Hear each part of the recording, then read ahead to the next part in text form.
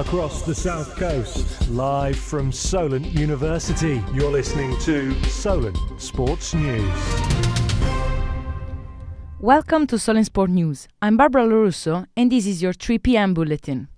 A Southampton legend has been named as the new East League manager. Kelvin Davies takes over from Richard Hill after he was sacked following Saturday's 3-0 defeat away to Ipswich United. Davies' first game will be against Oxford City tomorrow evening. Eastleigh currently sit 4 points above the relegation zone. The Daily Eco's Alfie House has said that Davies has a task on his hands. Yeah, the appointment of Kelvin Davies is an interesting one, but he has been out of work since 2022 and he's never held a senior management job himself, so he's got a task on his hands in the final 13 games of the National League season. Southampton are back to winning ways after a 2-0 win against West Brom on Friday. Goals from Lowney's Ryan Fraser and David Brooks separated the sides. Saints are now third in the league and play Hull City tomorrow night. In this afternoon's press conference, Russell Martin said Shea Adams will return for the game with Flynn Downs, still being a doubt. Saints women move up to the third Women's Championship after a 2-1 win against Birmingham City.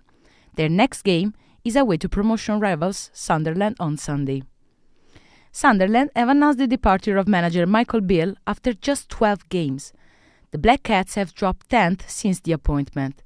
Beale only joined from Rangers in December. It is unclear who will take over. Pressure is growing on Bayern Munich manager Thomas Tuchel after losing his third game in a row. Bayern suffered a shock 3-2 defeat to 11th place VfL Bochum yesterday evening. The ex-Chelsea manager has said it is well below the club's expectations. We wanted to close the gap before the week. The opposite happened. We wanted to win all 3 matches. We lost all 3, which is, of course, way below our expectation and demands to ourselves. Birmingham City manager Tony Mowbray is expected to miss up to 8 weeks due to an unnamed illness.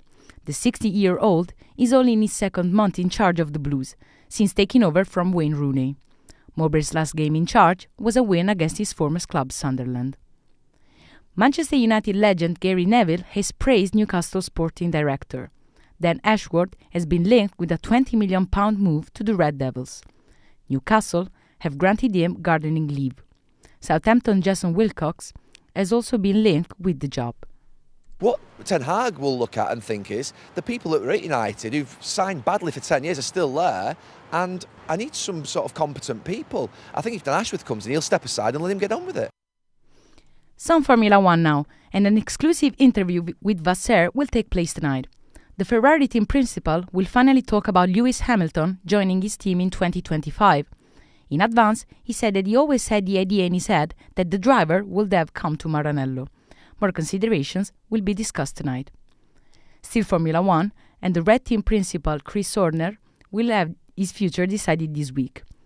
After he was accused of inappropriate behavior with one of his employees, he has been put under investigation for the last 2 weeks. The F1 season starts on the 2nd of March. We are joined now by Nikita for some updates on the cricket test match performance of India and England. Nikita, England started well, but then they lost wickets quickly. Can they recover? Maybe, but they need their top batsmen to score big runs. The pitch is getting harder to bat on because 322 is a bigger number. And do you think that India's case spinner Ashwin's absence will impact the game? Yes, Ashwin's absence will likely impact the game as he is a key bowler for India. But the extent of the impact depend on various factors like pitch, opposition and the other spinners' performance. India did well without him, but his experience would have been valued. England might have scored more, but after the without performing with, they are performing good. Thank you very much, Nikita. Now, a Spanish silver medalist has been banned for doping until 2026. Mohamed Kadir was suspended over the weekend after admitting to an anti-doping violation, as he missed 3 tests in 12 months. According to the Athletes Integrity Unit decision, he will miss also this year's Paris Olympics. That's all from us now. I'll be back in an hour. I've been Barbara Russo and this has been Solent Sport News. Remember, you can keep up to date on our website solentsportnews.com. More feature will follow about East League and about some Formula One news.